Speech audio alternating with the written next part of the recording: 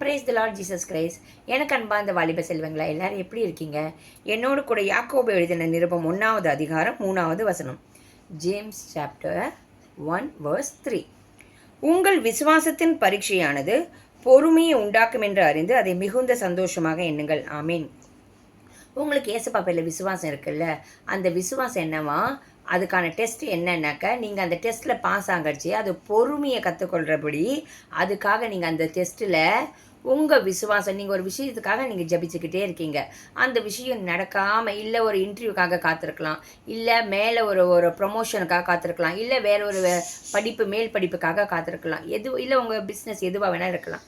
அந்த இடத்துல உங்கள் விசுவாசம் கர்த்தர்பேல இருக்கிறச்சே, அந்த ஜபத்துக்கு இன்னும் கொஞ்சம் காலதாமதம் ஆகிறச்சே, நீங்கள் ஏசப்பாப்பையில் வச்சுருக்கிற விசுவாசம் தான் அங்கே டெஸ்ட்டம் வருது. இந்த விஷயம் நடந்தால் தான் நீங்கள் விசுவாசிப்பீங்களா? இல்லை. அப்போ நீங்கள் இந்த விசுவாசத்தில் காத்திருக்க என்ன உங்கள் பொறுமை வளரும். அது எதுக்காக இந்த இடத்துல வசனம் போட்டிருக்கு? அது மிகுந்த சந்தோஷமாக எண்ணுங்கள். அது உங்களுக்கு பொறுமையை கற்றுக் கொடுக்க தான்.